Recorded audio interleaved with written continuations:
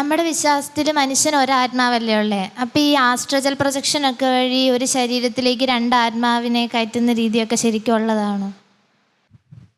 രണ്ടാത്മാവിനെ ഒരു ശരീരത്തിൽ കയറ്റും എന്നൊക്കെ പറയുന്നത് അത് കഥകളിലെ ഭാവനയിൽ വിരിയുന്ന ആശയമാണ്. മനുഷ്യന് നമ്മുടെ വിശ്വാസം അനുസരിച്ച് മനുഷ്യന് ദൈവം ആത്മാവിനെ നൽകിയത് എപ്പോൾ എന്ന് ചോദിച്ചാൽ, അമ്മയുടെ ഉദരത്തിൽ ഒരണ്ടവും ബീജവും ചേർന്ന് ഒരു ഭ്രൂണം മനുഷ്യജീവൻ ആരംഭിക്കുന്ന ആ നിമിഷത്തിൽ ദൈവം ഒരാത്മാവിനെ ആ ഭ്രൂണത്തിൽ നിക്ഷേപിച്ചു, മനുഷ്യാത്മാവിന്. ആ ആത്മാവാണ് ദൈവസന്നിധിയിൽ തിരികെ ചെല്ലുന്നത് എന്ന് നമ്മൾ വിശ്വസിക്കും. അതുകൊണ്ട് വേറൊരാത്മാവിനെയും വേറെ ആർക്കും മനുഷ്യനിൽ സന്നിവേശിപ്പിക്കാൻ പറ്റില്ല.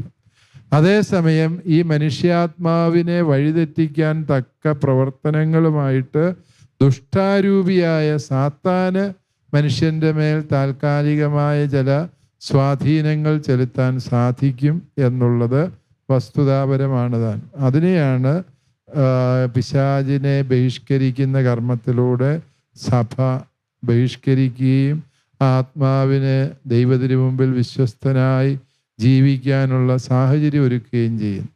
പിശാചിനെ ബഹിഷ്കരിക്കുക എന്ന് പറയുമ്പോൾ ഈശോ ആത്മാവിന് വേണ്ടി കുരിശിലെ ബലിയിലൂടെ നേടിയെടുത്ത രക്ഷ ആ വ്യക്തിക്ക് പ്രദാനം ചെയ്യുക എന്നുള്ളതാണ് പിശാച് ബാധ ഒഴിപ്പിക്കലിലൂടെ സംഭവിക്കുക.